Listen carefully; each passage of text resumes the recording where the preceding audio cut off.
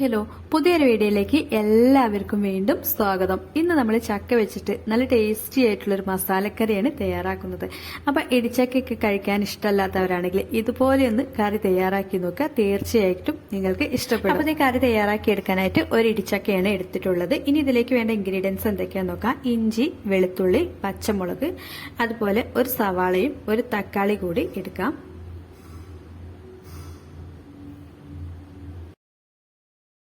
ഇനി ഇത് ചക്ക തൊലിയൊക്കെ ചെത്തിക്കളഞ്ഞ് കഷ്ണങ്ങളാക്കി എടുത്തിട്ടുണ്ട്. ഇനി ഇത് എല്ലാം കൂടി ഒന്ന് അരിഞ്ഞെടുക്കാം. അപ്പോൾ ഇതെല്ലാം ഒന്ന് അരിഞ്ഞെടുത്തിട്ടുണ്ട്. ഇഞ്ചി വെളുത്തുള്ളി ചതച്ചാണ് എടുത്തിട്ടുള്ളത്. അതുപോലെ പച്ചമുളക് രണ്ടായിട്ട് കീറിയിട്ട് അരിഞ്ഞെടുത്തതാണ്. തക്കാളിയും ഉള്ളിയും ചെറുതാക്കി അരിഞ്ഞെടുത്തിട്ടുണ്ട്. ചക്ക ഏകദേശം വലിയ കഷ്ണങ്ങളായി തന്നെയാണ് അരിഞ്ഞെടുത്തിട്ടുള്ളത്.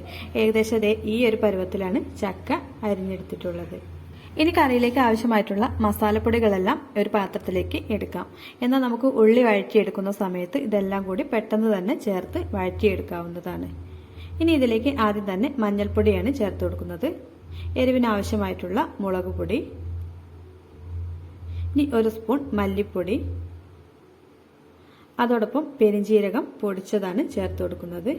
ഇനി ഇതിലേക്ക് ഒരു സ്പൂൺ ചിക്കൻ മസാലയാണ് ചേർത്ത് കൊടുത്തത്. അപ്പൊ ഇത്രയും പൊടികളാണ് കറിക്ക് ആവശ്യമായിട്ട് വേണ്ടത്.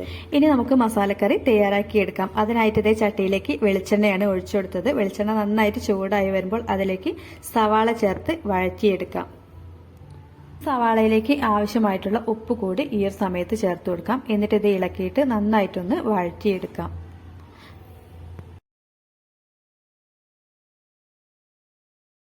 അപ്പോൾ ഇത് ഉപ്പ് ചേർത്ത് കൊടുത്ത ശേഷം ഇതൊന്ന് ഇളക്കി കൊടുക്കാം. എന്നിട്ട് ഇത് ലോ ഫ്ലെയിമിലേക്ക് മാറ്റിയിട്ട് ഇതൊന്ന് അടച്ചു വെച്ച് കൊടുക്കാം.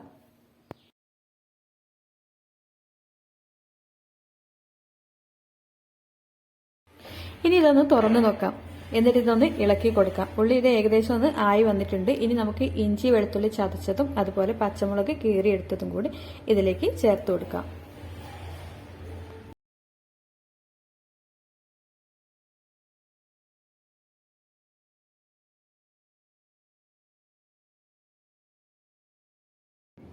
ഇനി ഇതിന്റെ എല്ലാം പച്ചമണം മാറുന്ന വരെ ഒന്ന് വഴറ്റി എടുക്കാം.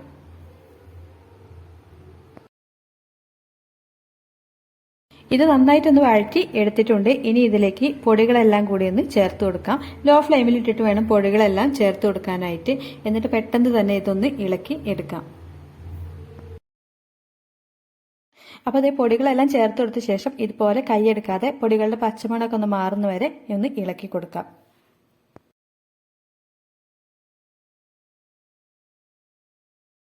പൊടികളെല്ലാം ചേർത്ത് നന്നായിട്ട് ചൂടാക്കി എടുത്തിട്ടുണ്ട്. ഇനി ഇതിലേക്ക് ചക്ക ചേർത്ത് കൊടുക്കാം. അതോടൊപ്പം തക്കാളി കൂടി ഇതിലേക്ക് ചേർക്കാം.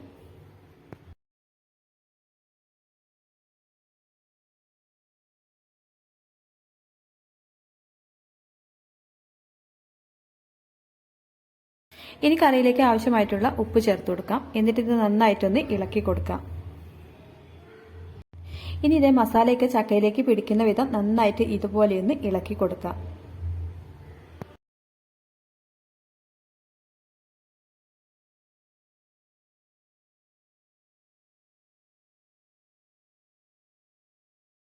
അപ്പോൾ ഇതെല്ലാം കൂടി നന്നായിട്ടൊന്ന് മിക്സ് ചെയ്ത് എടുത്തിട്ടുണ്ട്. ഇനി ഇത് വേവാൻ ആവശ്യമായിട്ടുള്ള വെള്ളം ഇതിലേക്ക് ഒഴിച്ചു കൊടുക്കാം. ഇവിടെ ഇപ്പോൾ 2 ഗ്ലാസ് വെള്ളമാണ് ഒഴിച്ചു കൊടുക്കുന്നത്.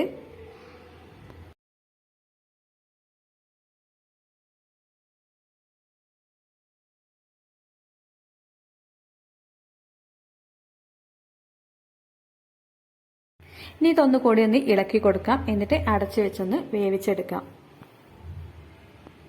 ഇടിച്ചക്കയൊക്കെ വെച്ചിട്ട് ചോറിന്റെ കൂടെ തയ്യാറാക്കാൻ പറ്റുന്ന നല്ല ടേസ്റ്റി ആയിട്ടുള്ള ഒരു കറി റെസിപ്പിയാണിത്. ചക്കയൊക്കെ കിട്ടുമ്പോൾ എല്ലാവരും ഒരു പ്രാവശ്യമെങ്കിലും ഇതുപോലെ ഒന്ന് ട്രൈ ചെയ്ത് നോക്കുക. തീർച്ചയായിട്ടും നിങ്ങൾക്ക് ഇഷ്ടപ്പെടും. അപ്പോൾ ഇതേ ചക്കയൊന്ന് വെന്ത് വരാനായിട്ട് വെയിറ്റ് ചെയ്യാം.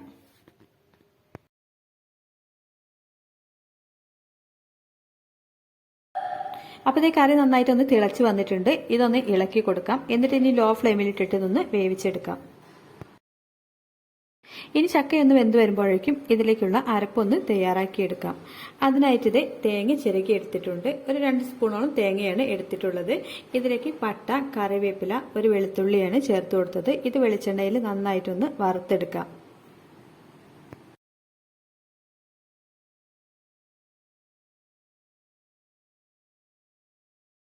അപ്പോൾ അത് തേങ്ങ വറുത്തെടുത്തിട്ടുണ്ട്. ഇതൊന്ന് ചൂടാറിയ ശേഷം മിക്സിയുടെ ജാറിലേക്ക് ഇട്ടിട്ട് നന്നായിട്ടൊന്ന് അരച്ചെടുക്കാം. ചക്ക ഇത് നന്നായിട്ട് വെന്ത് വന്നിട്ടുണ്ട്. ഇനി ഇതൊന്ന് ഇളക്കി കൊടുക്കാം. എന്നിട്ട് ഇതിലേക്ക് അരപ്പ് ഒഴിച്ചു കൊടുക്കാം.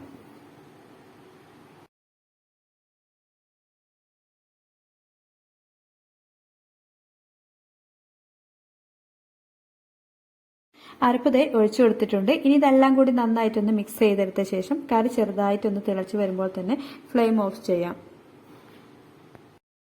ഇനി ഇതിലേക്ക് വേണ്ടത് കുറച്ച് മല്ലിയിലയാണ്. അതുകൂടി ഒന്ന് അരിഞ്ഞെടുക്കാം. ഫ്ലെയിം ഓഫാക്കിയ ശേഷം ഇതിലേക്ക് മല്ലിയില ചേർത്ത് കൊടുക്കാം. എന്നിട്ട് ഇതൊന്ന് ഇളക്കി കൊടുക്കാം. അപ്പോൾ ഈ ചക്ക വെച്ചിട്ടുള്ള മസാലക്കറി ഇവിടെ റെഡി ആയിട്ടുണ്ട്. പ്രത്യേകിച്ച് നമ്മൾ മൺചട്ടിയിൽ തയ്യാറാക്കിയതുകൊണ്ട് ഇതിന് നല്ലൊരു ഫ്ലേവറാണ്.